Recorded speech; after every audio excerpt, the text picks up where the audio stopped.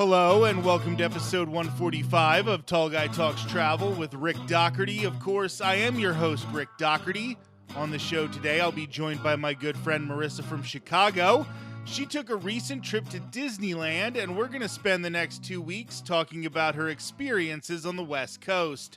We aren't just going to talk about the happiest place on earth, however, because we'll be comparing a lot of things at Disneyland to their counterparts at Walt Disney World in Florida. Before we get started, I wanted to talk a little bit about what we have planned on the Tall Guy Talks Travel with Rick Doherty YouTube channel for the next few months.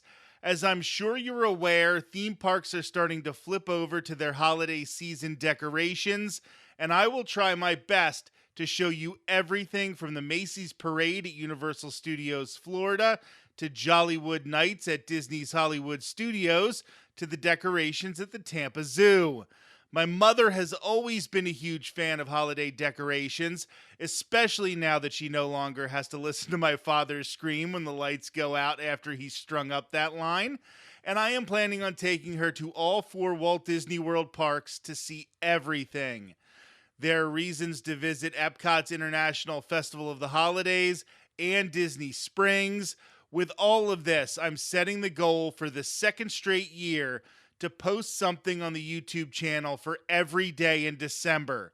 Hopefully, this will help us take another step in the new year. We have done an incredible job of growing this podcast, and it's even more impressive when you factor in that it has been sustained growth. We didn't just explode one day. Please like, comment, and most importantly, subscribe. All right, it's time to get started with our main conversation. Thanks for joining us again, Marisa. Thanks for having me. So I wanted to ask 2 questions before we got into our main topic for the day. One, with Halloween having just passed, did you dress as anything this year? So I did, actually. I went to Mickey's Not So Scary Halloween party with a couple friends, and we dressed up as the characters from Gravity Falls. So I was Dipper Pines. It was a lot of fun. Excellent. And I know that you happen to be a fan of all of those Hallmark movies. I believe I'm correct with this, right? And with the holiday season on the way, what is one Hallmark movie that all of our listeners should watch before Christmas Day? Oh, boy. All right, listen. There's a lot of great ones. If I will admit to already watching them. I know Halloween has just passed and we're not even fully into the Christmas season, but I've already been diving in. I'm going to really show my bias here and say you should watch One Royal Holiday, starring Broadway actor Aaron Tveit as a very sassy Prince James of Galwick. It's a lot of fun. So obviously Marisa talks a lot about her Disney love on this show, but that does not surprise me that that particular actor was in the movie that you thought we should all watch for the holiday season. All right. So you recently made the trek back to Disneyland. This has been your first time back there in years. Yes. It was my first time at California Adventure in 20 years, and my first time back at Disneyland Park in 11. So it's been some time. So that is definitely a long enough gap in between visits that we just want to get your opinions on how things have changed. We want to talk about some comparisons.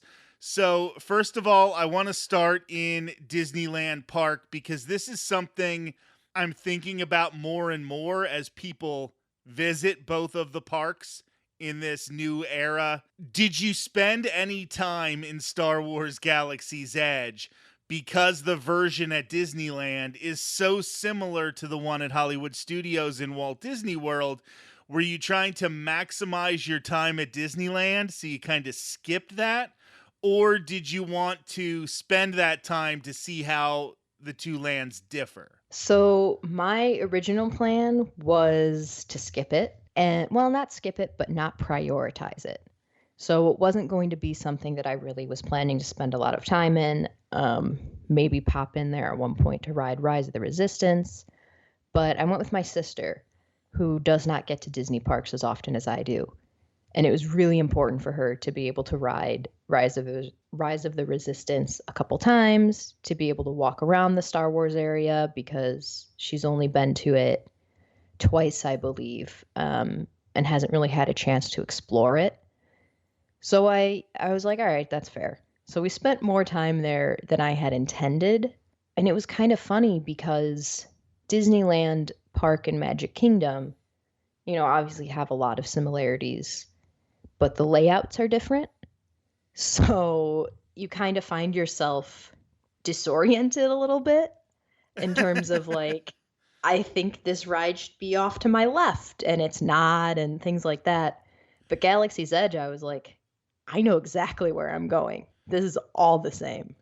The closest I ever get to being disoriented when I am in Disneyland is the area where Adventureland and Liberty Square meet by the treehouse, because I'm still not 100% sure how all those roads meet up there, how all those pathways meet.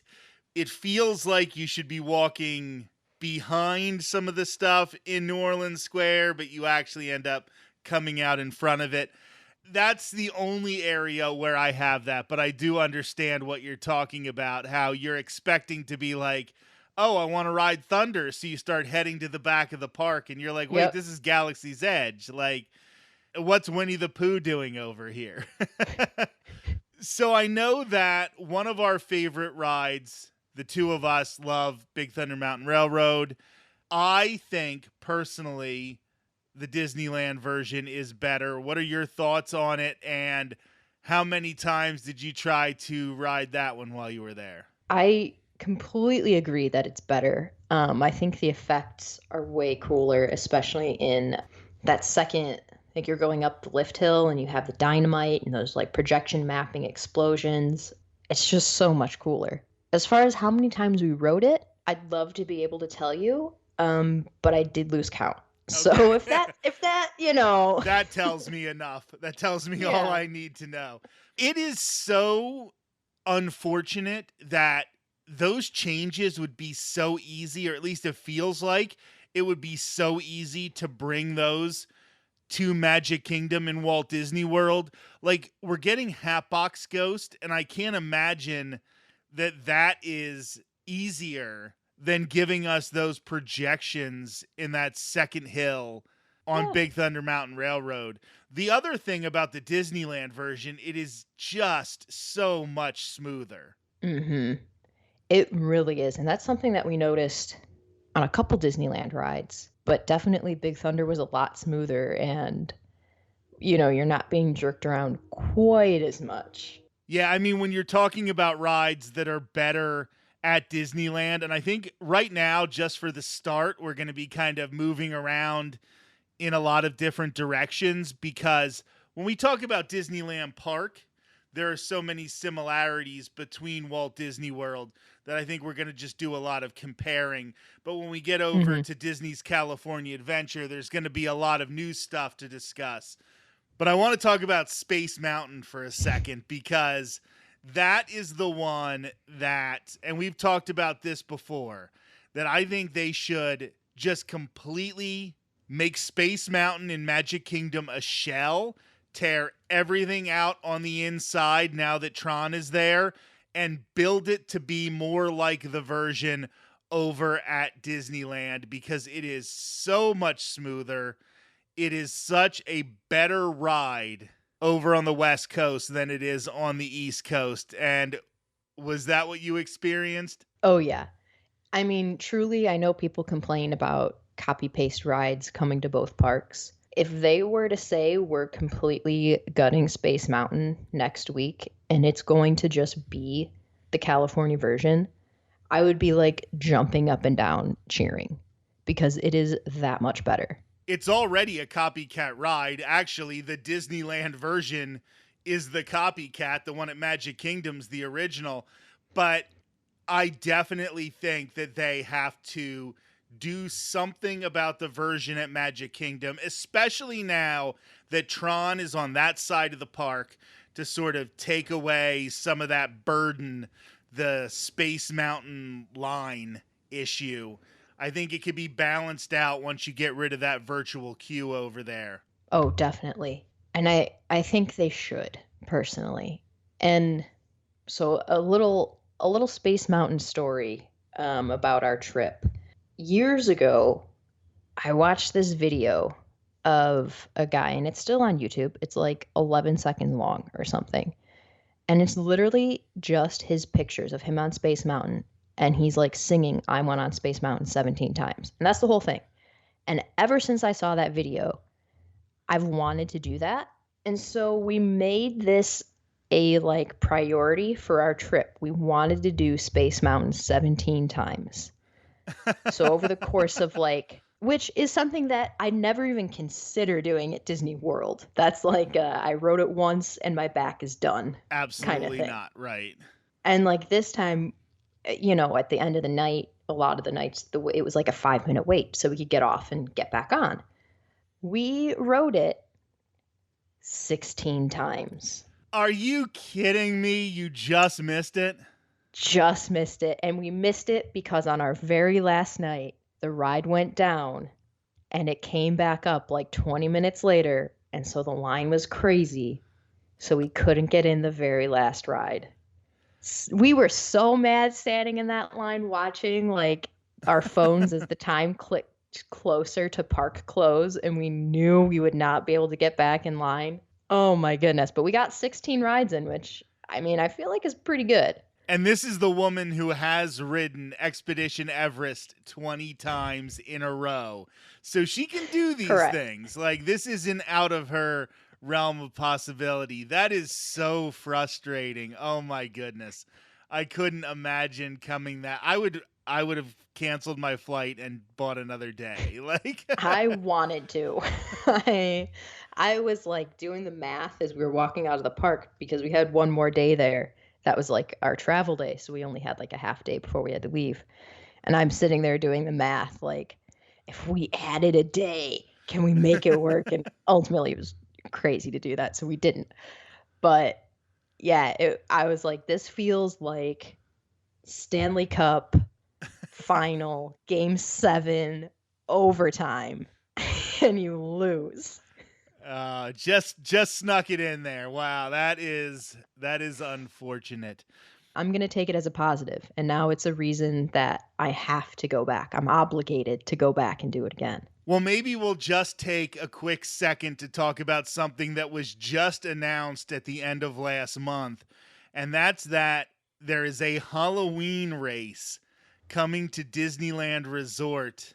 And man, when you talk about the combination of Oogie Boogie Bash at DCA combined with this race, it is very, very tempting to make that trip to Disneyland Resort in 2024. Oh, it's tempting. And, I know we've talked before about how I was feeling like I was done with Run Disney for a little while and feeling good about that decision, and then they just had to go and announce this and reel me right back in.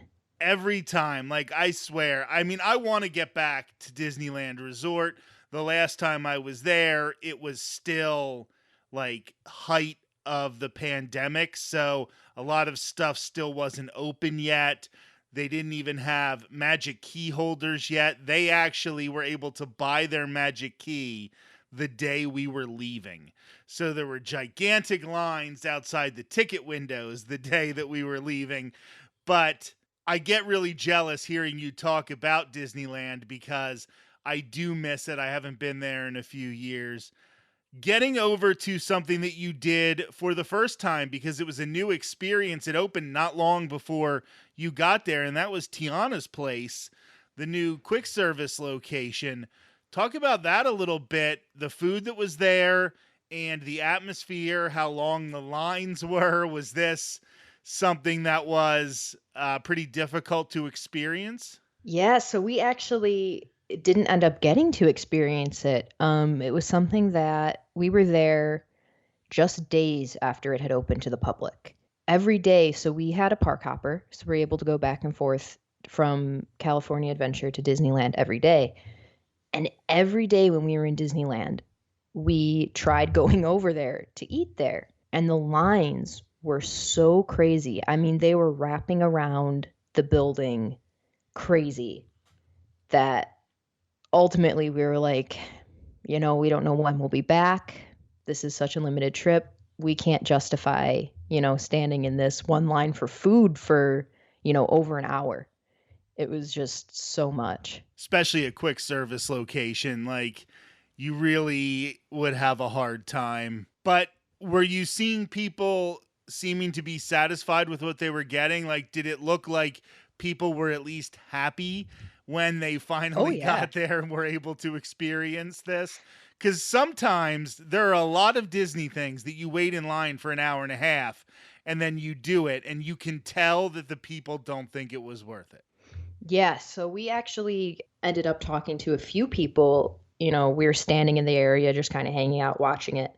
And over the course of a couple days, we talked to a few different people who had eaten there earlier that day. And they all loved it. They all had rave things to say about it. One of the couples that we talked to actually said that they thought that those were the best beignets on property.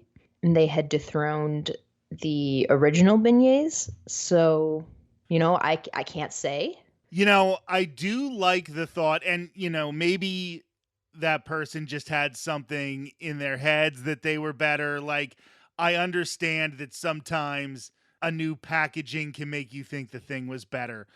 But let's say that that is true and they are better now. I give Disney credit for taking something that was very popular and then trying to up that game when they changed the restaurant. They could have just gone with the exact same stuff and it still would have been just as popular. But if they then went and tried to up the game, I feel like that's something that they would do at Disneyland, but they never would do at Walt Disney World. If they would have done that at Walt Disney World, it would have been the same exact beignets that we were getting in the past. Or worse. I mean, I think Pecos Bill is an example of Disney doing the opposite and saying, you know what? We don't actually need good food here. Pecos Bill is a prime example of a quick service location that used to be good, and Disney realized they don't have to try because the location is just going to sell itself. So I do agree with you on that one as well. Another area where we were talking about your trip to Disneyland and sort of how it affects your time in Walt Disney World and how it maybe gets you to look at things a little bit of a different way. And we were talking about Fantasyland and how when you experience Fantasyland in Disneyland, it just makes you realize how much of a waste of space a lot of Fantasyland is in Magic Kingdom and Walt Disney World, because this is where Disney utilizes space better than anywhere else in the world. And that's in Fantasyland at Disneyland, because there's not a lot of space there and they cram so many rides. So what were your experiences in Fantasyland over there, just running back and forth from ride to ride to ride? This would be your first time at the new Snow White version. And then when you look back at Magic Kingdom's Fantasyland, does it really make you see kind of the deficiencies? Oh, absolutely. I think Disneyland overall, is a far more compact park because it has to be. But like, you don't feel that in Fantasyland, in the sense that you don't feel like Disneyland's Fantasyland is lacking anything. I mean, everywhere you turn, there's something to do. There are so many rides packed into that space. It's honestly incredibly impressive. And then you go to Disney World, and I was at Disney World in October and walking around their Fantasyland, and it feels so empty by comparison. And that's not, it's not empty, it's very crowded, but it feels like you're suddenly looking around going, well, why don't they have something here? Or why didn't they, try to move this so you could put another ride here so you could just add more to do? And then, maybe that Seven Dwarfs line isn't 3 hours all the time. That's hyperbole, but you get my point. I think the prime example of this are the just generic castle walls that they put in New Fantasyland that have they're not attached to anything. They're just almost like a bench with, I guess there used to be the meet and greet with the fairy godmother, and I guess that still happens there every once in a while, but there's just these random walls that they put up instead of an attraction. And when you're at Disneyland and they have the Alice in Wonderland ride with Mad Hatter's Tea Party right outside of it. And listen, I understand they don't need the covering because it doesn't rain as much in Southern California as it does in Florida. I realize there are reasons that they have to have things a little more spread out in Walt Disney World, but literally the queue for Alice and the queue for Mad Hatter's Tea Party, it's sometimes hard to tell which one you're getting into at that moment. And then they have the Alice in Wonderland store that is just tucked in there. Then you have 4 dark rides right behind the castle with Peter Pan, Mr. Toad's Wild Ride, Snow White's Enchanted Journey now, Enchanted Wish, something like that. Pinocchio's Daring Journey is there. They have Dumbo, just like over in Magic Kingdom. They have a carousel, but all of these things are so close together, whereas in a space much, much bigger, there are only 3 dark rides in Magic Kingdom. There's Peter Pan, It's a Small World, and Winnie the Pooh in about the same area that you get these 4 really tight rides. It's hard to describe, but they are really wasting a lot of space in Magic Kingdom because It's a Small World is kind of far away from some of these Fantasyland rides in Disneyland. And you still have Casey Jr. and you have the Storyland canal boats. And you still have, I guess technically the Matterhorn is in Fantasyland. Like all of that stuff.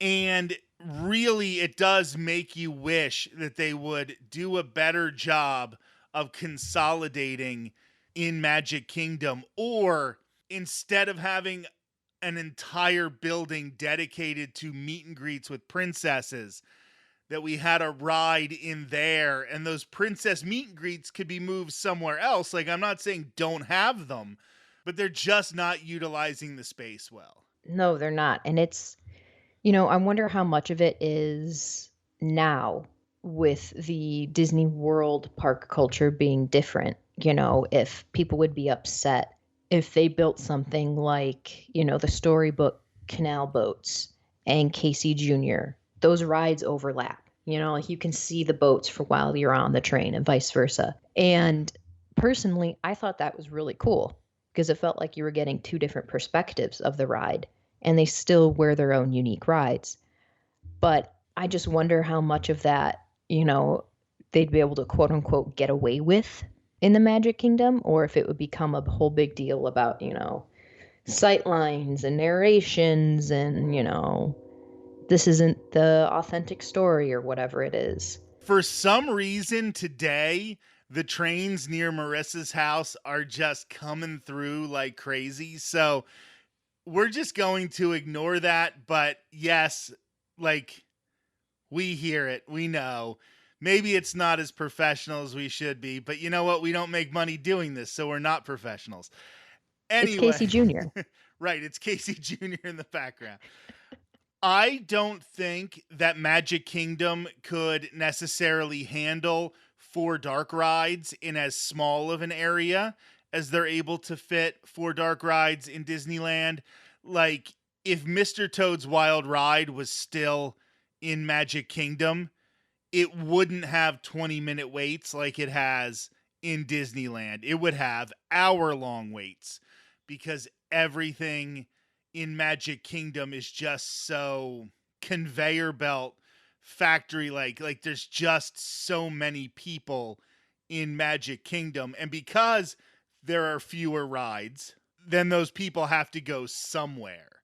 I really do wish that they could get away with packing that Fantasyland as tightly as it is in Disneyland because, as Disney World is the park I go to more often, I do miss having so many options of different rides to do. It is really nice walking around and seeing these rides that have, low wait times, or there's just so many options to be like, yeah, I don't feel like doing Snow White right now. Let's go to Mr. Toad. And you can. I don't know. It was just a very different feeling. Absolutely. And I think one of the things I was thinking about after we had this conversation in person was when I'm at Magic Kingdom, with the exception of the People Mover, which I just love out of nostalgia, I kind of find myself in the same corner of the park with Liberty Square, Frontierland, and Adventureland. Like, I can always get on Haunted Mansion. I can always do Big Thunder Mountain Railroad. I can always do Pirates. Like, there's a lot to do in that section, but because there's a lot to do, usually the lines aren't like too oppressively long, like Seven Dwarfs Mine Train. But when you get over to Fantasyland, it's either 2 hours for Mine Train and Peter Pan, or it's even 40 minutes for Winnie the Pooh, which is too much for that Winnie the Pooh ride. Like, great ride, love it, but it doesn't have to have a 40-minute wait. But you can get over then towards Haunted Mansion, and maybe Haunted Mansion is only a 30-minute wait. And maybe it's 40 minutes for Big Thunder Mountain Railroad, but that's a big e-ticket attraction that you're doing with a 40-minute wait. Same with Pirates. You can get on Pirates sometimes 15, 20 minutes, and it's air conditioned. You might not even want to get on the boat right away. Like, you might just want to enjoy the queue for a little bit there. And that's not even mentioning Jungle Cruise, which is another e-ticket attraction there. So I know we're talking about Disneyland, but one of the things that we love about Disneyland so much is how they use space. And I feel like Magic Kingdom is not using space well. And that's why at this very corner of Magic Kingdom, that's where you spend like 90% of your time. Definitely. And I think, to the argument of it using space, Fantasyland in general, regardless of the park, draws crowds because it has a lot of rides that everyone can ride, from babies to older people who don't want, people who don't want intense rides, whatever. Pretty much everyone can ride Fantasyland rides. And yet, even though Disneyland's Fantasyland is more compact, they've crammed so much more in a smaller space, for some reason, Disney World's is so much harder to navigate crowd-wise. I don't know how it's happened. It does not make any logical sense. And yet we had an easier time navigating Disneyland crowds than you do on like an average day in Disney World trying to walk down that strip from Peter Pan to Small World. Yeah, when you think about how much extra space there is in between the castle and the carousel at Magic Kingdom compared to how much space there is between the castle and the carousel in Disneyland, like, there is so much more space in Magic Kingdom. However, it is always just jam-packed full of people. But maybe that's because everybody needs their Instagram picture and everybody needs to just stand there, and they make their way through the castle and then they open up the paper map. And then they're standing there in Fantasyland trying to figure out what they're going to do. Where in Disneyland, the audience, the crowd with more annual pass holders, with people who've been there before, with Fantasyland having not changed in a while. So it still looks the same. Like, if you went to Magic Kingdom before 2012, Fantasyland looked completely different than it does when you're there now. So you have to open up that map, you have to stand there, you have to figure out what's happening. And I do think one of the things that I like more about Disneyland is it is a better programmed crowd. It is a crowd that knows where they're going. It is a crowd that knows how to step to the side when they're going to be looking at their map. Listen, I think Magic Kingdom is the most visited tourist attraction in the world, or it's like second to the Eiffel Tower or something. So I understand why that happens, but it can be so much easier to maneuver even though it is crammed. You are absolutely right about that. Yeah, that's a very good point. And just to piggyback off what you said about it just being a different programmed crowd, when we were there, we saw roaming characters, which is not a thing that happens at Disney World. And, it's one of those things where if Aladdin and Genie are walking down, just the street in Fantasyland, they're going to get mobbed in Disney World. And in Disneyland, a little crowd of kids formed and it was super cute. But then, when it was time for them to go on their way, they went on their way and people were waving and smiling and he was, waving and shouting out to people. And it wasn't this like crazy crowd that stopped him from moving. It's just wild. It was wild to see that. And it happened, consistently. And I know there's a ton of Walt Disney World annual pass holders who will say, we could handle that. We could do it. We could handle that. I'm sorry, maybe you personally could handle that, but we have seen with The Mandalorian and Baby Yoda that Walt Disney World doesn't have the muscle memory for that anymore. It used to be the way they did it at Walt Disney World, but now you need to have it in that way. You have to have people just queue up to meet Anna and Elsa because Anna and Elsa can't just walk around in Disney World anymore. At least that's my humble opinion. Marisa, we've already covered one whole episode talking about Disneyland, so we're going to come back next week, and we've got a lot to cover because we're going to talk about all of DCA, but I also want to talk about Indiana Jones because this is the ride that I wanted you to experience, and it's going to have some Walt Disney World ramifications potentially. So we're going to talk about that next week. Thanks for being here. Thank you. This has been episode 145 of Tall Guy Talks Travel with Rick Doherty. If you're catching this on the YouTube channel, please like, comment, and subscribe. Marisa will be back to continue this conversation next Thursday. Until then, have a great week.